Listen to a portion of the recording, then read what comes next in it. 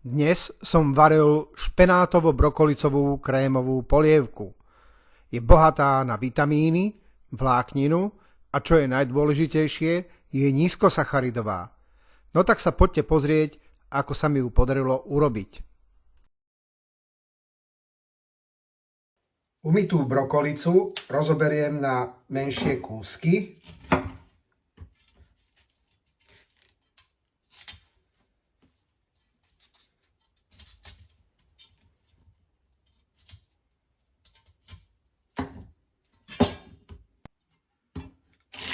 Stonkový celer tiež nakrájam na menšie kúsky.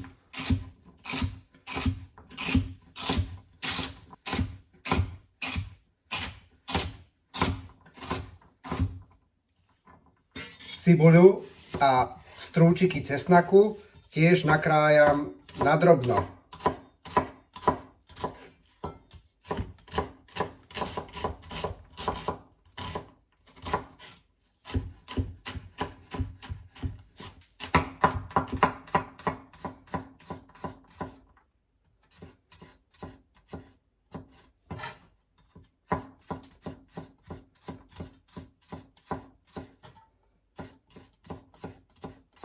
V hrnci na horúcom oleji som nechal cibuľu orestovať do sklovita.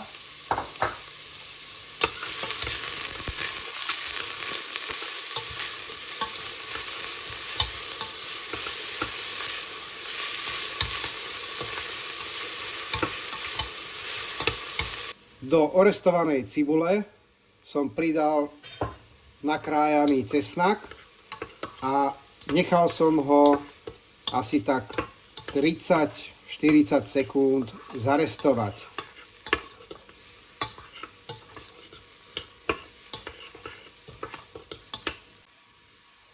Potom som pridal pružičky brokolice a nakrájaný stopkový celer.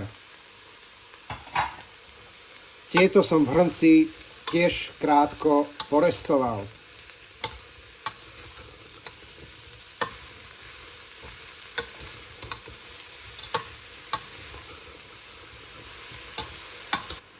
Všetko som zalial vývarom.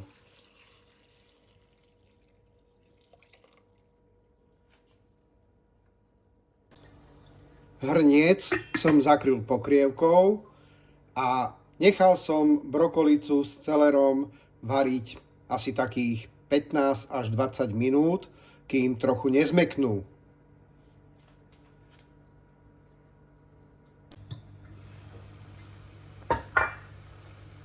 Asi po 15 minútach som do hrnca pridal mrazený špenát.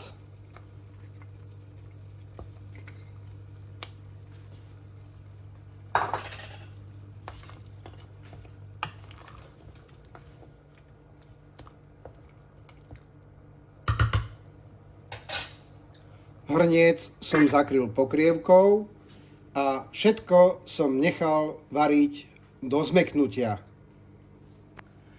Keď bolo všetko uvarené do mäka, rozmixoval som polievku do hladka.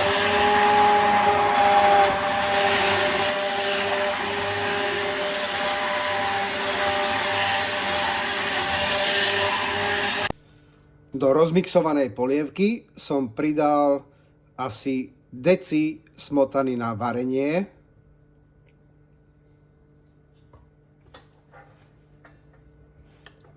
A všetko som nechal povariť asi také 3-4 minúty.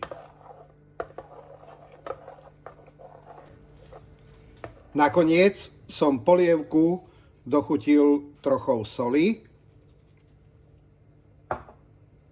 a čerstvo namletým korením 4 farieb.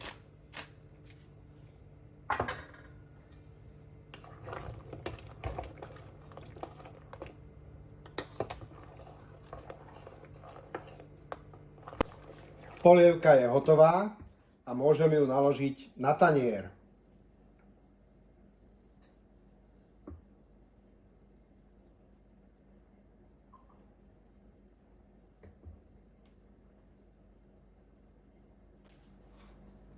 A nakoniec môžete polievku dozdobiť trochou čerstvej nasekanej pažítky.